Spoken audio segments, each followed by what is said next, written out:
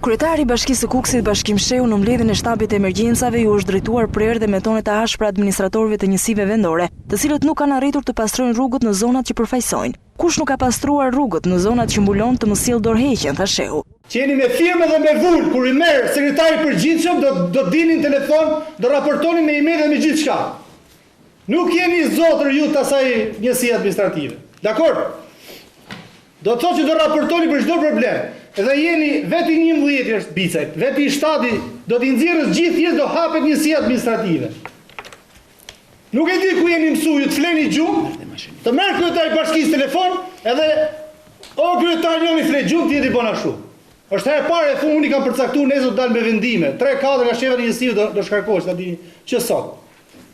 Nuk më ka bova ki njerëz kaq të pa aftë.